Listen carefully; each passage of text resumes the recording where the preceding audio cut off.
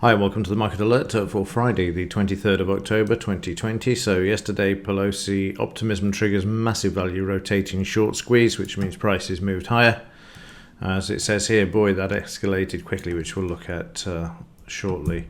Overnight, we've had the final debate, if you can call it that, between Biden and Trump. That will be factored into the market today, but seems as if there's nothing between them.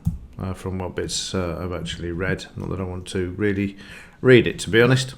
So let's have a look at yesterday, starting off with the DAX. We had the momentum to the downside on Wednesday. We're hoping for this on Thursday. And certainly that was the case as prices moved up and then they just sold off straight away. Great big drop. I watched this as the market, calculating that the market was below all three averages, and the S1 and the BRN here, and given the momentum to the downside the previous day, decided to get short on this. Prices started to come back and then continued lower, and there we've got some potential buying coming into the market, but we're still below the S1 and we're not at a major level in the daily chart. So I then drew in the low off this bar because this is where the buying came in and profit taking. So if we could break this bar, we could continue lower down to the S2 level down here, which would also tie in with the low from a few weeks ago as well in the daily chart. So here you can see prices continuing to move lower. I then checked the daily chart to verify this, and there's the low I'm talking about. And we're already through the 89% retracement from this low to this high. So we could expect the market to find support in this area. And as we hit this, the volume builds sharply. You can see there's buying pressure there because the volume is greater than the previous bar. And the range is less. And we're at the S2 and the BRN as well. So at this level, I take the profits off the table, which you'll see there. You can see that there was over 50 points profit in the move to the downside.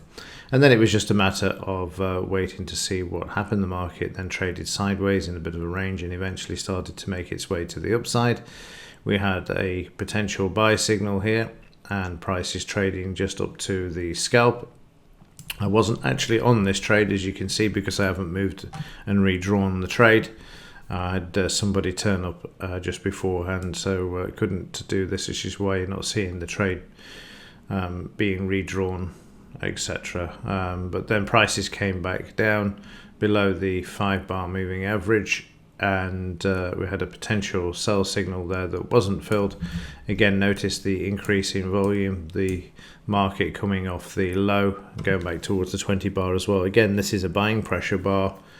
Compared to the previous bar as well. So prices find support here and then move back above the BRN, and interestingly enough we had a bit of selling in this bar because the volume is greater than the previous bar to the upside, which is why you're seeing prices trading sideways at the BRN until the selling's disappeared.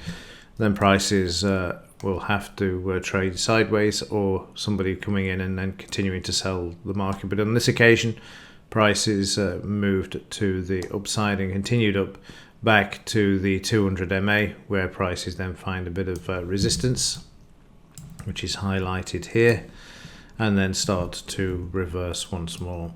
As we head in towards the 10 a.m. cutoff, prices stay at the S1 and also then manage to climb above the 200 MA. And again, if you have a look here in this section, you have to wait till the selling disappears, which it did, and then prices were free to move back to the upside there. So having sold off in this area, prices then move back to the upside. And then into the afternoon, we had the jobless claims, which came out better than forecast. Market moved up initially, but then moved lower. So I don't know whether the market disbelieved what the figures were, but it was odd. It was they had a great opportunity to move prices higher, and initially they didn't. However, as we go into the afternoon session, the discussion between Pelosi and the Republicans had already started. Prices moved higher, but then failed to make any headway. We had a sell signal which just filled. We had some selling in this one. I was hoping we were going to have a trade back down to the S1, which failed to materialize, and prices found support, which you'll see here. They reversed, took me out of the trade, and we traded up to the close and the low. Then we had the news that was here, somewhere here. Let me just switch to a slower speed. This was the consumer news. It came out at 0.7. There you go. CB leading indicators. Not a lot there. And we then had a sell signal. And the reason I know that is because I was short on this one, looking to make up the 19 points that I'd lost. It took a moment or two to get through the 200 MA. And then at the BRN as well, we had an increase in selling, which was always good to see. So prices continued lower. We had some selling, and before we could get to the S1, I was watching the volume, and again you can see the volume building, and we had this green bar coming in. So at that point I decided to say, well, thank you very much. I will take the profit off the table, which had covered the loss and also given a profit as well. And then prices traded sideways. So it was an optimum point, and again we have further buying at the same level. And then prices spiked to the upside, and you'll see why they did that in just a moment. So that was the DAX, and as it headed into 4 p.m, which is around here somewhere, the market was continuing to move to the upside. The reason it moved was this in the Dow. This came in at what time was it?